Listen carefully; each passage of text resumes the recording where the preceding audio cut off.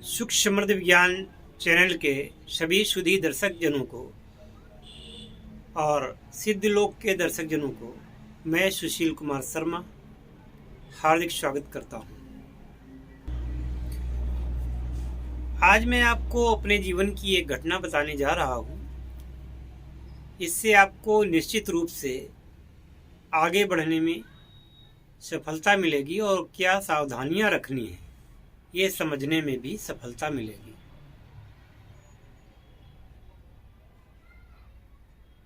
ये बात उन दिनों की है जब मैं भी आप लोगों की तरह प्रयासरत था साधनाओं के लिए, योग के लिए, अध्यात्म की अन्य जानकारियों के लिए। लेकिन प्रयासरत होने के बावजूद कोई व्यक्ति कुछ भी बताने को तैयार नहीं था। हाँ, पैसा खींचा जाता था, पैसा लोग खींचते थे, लेकिन जिम्मेदारी कोई नहीं लेता था। जीवन के झंझावात ऐसे थे कि वो जाने का नाम नहीं ले रहे थे। बहुत दिनों कोशिश की और उन कोशिशों के बावजूद जब परिणाम सही नहीं आए तो स्वाभाविक है कि हमारे मन में भी वही प्रश्न उठता है जो अन्य लोग सोचते हैं। लगता है भगवान है ही नहीं, भगवान हमारी सुनता नहीं है, भगवान तो केवल अमीरों की सुनता है ना। भगवान होता तो सामने आता। होता है कि कमी व्यक्ति के अंदर ही होती है, पर दोष वह हमेशा ईश्वर को ही देता है। अपने गिरेबान में झांक करके कोई नहीं देखता।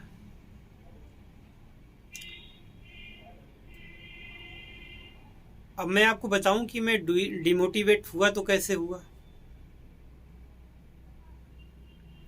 एक तड़कता भड़कता हुआ सा नाम, उसकी एक पुस्तक, ये पुस्तक पढ़ें आपको सत्य का ज्ञान हो जाएगा। मैंने वो पुस्तक पढ़ी और जैसे ही मैंने वो सारी पुस्तक पढ़ी, पुस्तक पढ़ने से मैं तार्किक तो हो गया, मेरे अंदर बड़े तर्क आ गए, बल्कि ये कहो कि तर्क की बजाय कुतर्क ज्यादा आ गए। मूर्ति पूजा को, साधना को, भगवान को, सबको मैं ढोंग समझने लगा और उस पुस्तक के अनुसार वो लगभग कंठस्थ हो गई, आज भी कंठस्थ है। तो मैं कई वर्ष तक इसी भ्रम में जीता रहा कि ये जो अध्यात्म है, जो पुराण है, जो ये साधनाएं हैं, वो सब की सब बेकार हैं और देवता वगैरह कुछ होते नहीं हैं, साधना से कुछ मिलता नहीं है और ये जितने जप तप त्योहार इत्यादि जो कुछ भी है सब मनाना बेवकूफ़ी है, धन की बर्बादी है। ये मैं सोचने लगा था और उसी समय आग में घी का काम एक और पुस्तक ने किया। उस पुस्तक का नाम था आर्य नीति का भंडाफोड़। हमारे गांव में भी दलितों का उस समय काफी उफान पर चल रहे थे। अब चूंकि मैं चिकित्सक था तो दुआ सलाम सभी से होती थी, सबसे मिलना जुलना होता था। कभी वो हमारे यहाँ आ जाते थे, कभी हमको अपने यहाँ बुला लेते थे। लेकिन जैसी संगति बैठी है तैसो ही फल दीन। वो संगति ही कहो। उन्होंने मुझे एक पुस्तक दी कि इसको आप पढ़िए और 10-15 दिन में हमको वापस दे देना। अब उसमें तो लिखा था कि इसके लेखक नेहरू जी हैं। अब नेहरू जी ने अगर कोई पुस्तक लिखी होगी तो पक्का वो, चूँकि नेहरू खुद ही ऐसी विचारधारा के थे, वामपंथी विचारधारा थी उनकी, तो वो क्या लिखते?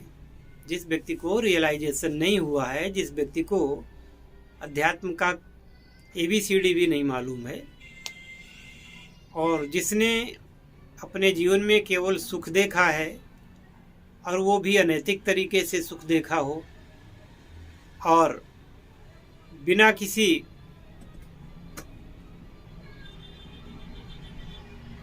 कुर्बानी किया, बिना किसी ज़्यादा श्रम के जिसको तस्तरी में सजा करके राज्य दे दिया गया हो, तो वो व्यक्ति अच्छी बातें क्यों लिखेगा? वो व्यक्ति तो, उसकी सोच ही अलग होगी। अब ये मुझे नहीं पता कि वो पुस्तक नेहरू जी ने लिखी है या नहीं लिखी, आज तक मैंने कोशिश नहीं की, क्योंकि भारत एक खोज, डिस्कवरी ऑफ इंडिया, ये भी पुस्तक नेहरू जी ने लिखी थी। तो उसमें तो, हालांकि उसमें भी दिया तो इतिहास पुराण सब है, लेकिन दूसरे तरीके से दिया है, और जिसको कि हमारे वाङ्मय के हिसाब से सही नहीं कहा जा सकता। तो भाई वो फिर पुस्तक मैंने पढ़ी, आर नीत का भंडा फोड़, और उसी पुस्तक को मैं सच मान बैठा, और फिर मैं एक प्रकार से ये समझ लो कि मतलब मैं हिंदू धर्म की ढेर सारी कमियां गिनाने लगा, और अपने आप को बड़ा ही बुद्धिमान समझने लगा। और ये स्थिति मेरी 4-5 साल तक रही, लेकिन चूँकि मैं मननशील हूँ, तो जितना नुकसान मेरा इन किताबों ने किया था, फिर इनको भी मैंने त्याग करके फिर पुनः मैंने जब गहन मनन किया, चिंतन किया, तो मुझे लगा कि नहीं भाई, ये सारी बातें मिथ्या हैं। धर्म, देवता, अध्यात्म, योग, मंत्र सभी सत्य हैं। अब आप लोग ये सोचिए कि जब मेरे जैसा आदमी भटक सकता था, तो आप लोग अगर भटक जाएं तो कोई बहुत बड़ी बात नहीं है।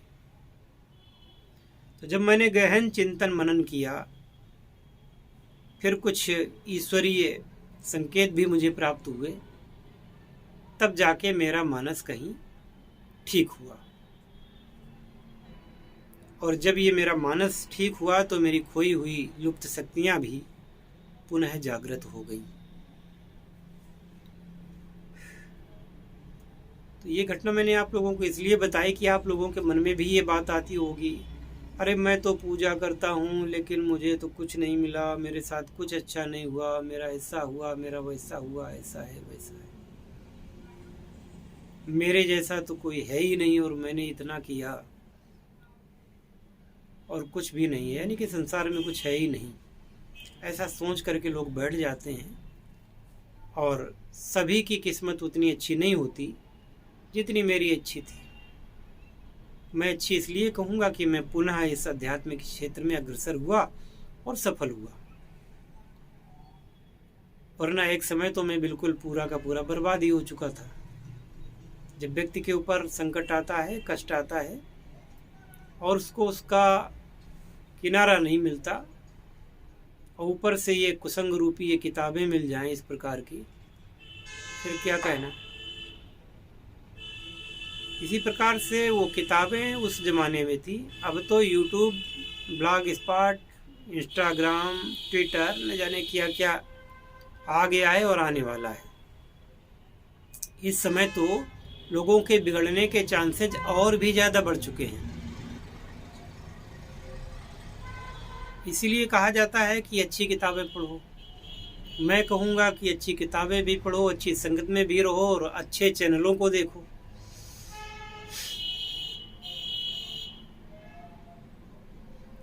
वरना तो एक नैरेटिव चलाया जा रहा है कि कैसे भी इस देश को पहले भ्रष्ट करना है,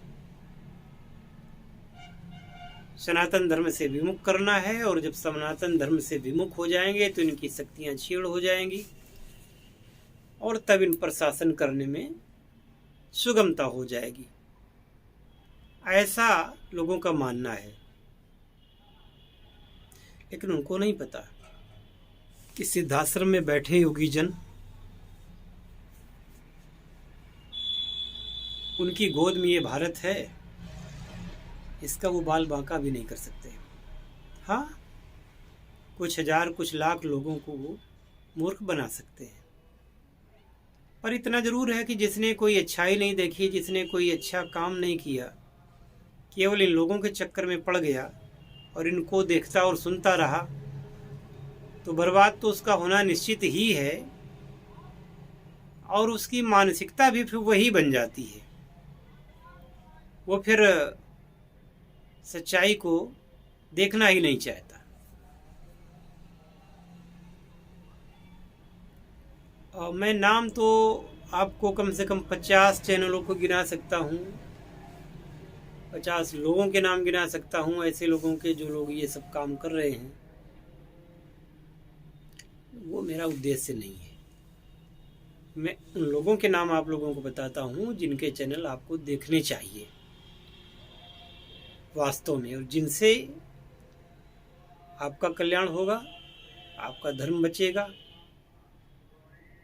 आप सुखी होंगे और इन अभिराम नियमों का पालन करते हुए आप अपने जीवन को सकुशल अच्छे तरीके से व्यतीत करेंगे, आर्य धर्म का पालन करते हुए। मुझे एक बात बताना, कसम से बताना, सच में बिल्कुल दिल से, जब आप किसी हिंदू संत को देखते हैं, जब आप किसी भी संत को देखते हैं, तो आपके मन में कैसे विचार आते हैं? या किसी ब्राह्मण को देखते हैं जो कर्मकांड करवा रहे हों, या जप या भागवत कथा कहने वाले, सत्यनारायण कथा कहने वाले, जो ऐसे पंडितों को आप जब कभी देखें, उनको देख करके आपको कैसा प्रतीत होता है? और दूसरे मजहबों के, मैं धर्म शब्द नहीं कहूँगा क्योंकि धर्म तो केवल सनातन ही है, भटके हुए धर्मों के, मतलब भटके हुए मजहबों के लोगों को जरा देखें, उनकी तरफ देख करके आपके मन में क्या इतने पवित्र विचार आते हैं जैसे पवित्र विचार आपको हिंदू संतों को देख के आते हैं। मैं कहता हूँ कि हिंदू संतों में जो नागा होते हैं, बिल्कुल नंग धड़ंग होते हैं, जिनके शरीर में एक भी धागा तक नहीं होता कपड़े के नाम पर, उनको भी आप देखते हैं यदि, तो भी आपके मन में बहुत ही सुंदर विचार आएंगे। हालांकि उसको नग्न देख करके आपको गुस्सा आना चाहिए या आपके मन में विकार उत्पन्न होना चाहिए, लेकिन ऐसा नहीं होता। उनको देख करके भी उनके श्री चरणों में झुकने का मन करता है। उनको देख करके आपके हृदय में श्रद्धा जागती है। उनको देख करके आपके मन में आह्लाद पैदा होता है। और जरा विधर्मियों को देखिए, उनको देखते ही आपके मन में भय उत्पन्न होता है। जैसी उनकी रासलीला आजकल चल रही है, जैसा उनका चरित्र है, तो उनको देख करके भय क्यों उत्पन्न होता है? क्योंकि उनके कारनामे ऐसे हैं। दाढ़ी तो हिंदू संत भी रखवाते हैं। उनकी दाढ़ी और उनके बाल देख करके आपके मन में श्रद्धान्वित भाव उत्पन्न होते हैं, लेकिन और दाढ़ियां देख करके आपके मन में कैसा उत्पन्न होता है विचार? मैं कोई शब्द नहीं कहना चाहता, आप खुद सोचें और देखें। इतना जरूर है कि लोगों की बातें सुन करके आपके मन में नकारात्मक भाव ज्यादा उत्पन्न होते हैं। और हिंसक भाव उत्पन्न होते हैं आपके मन में, क्योंकि इनके विचार इतने हिंसक होते हैं।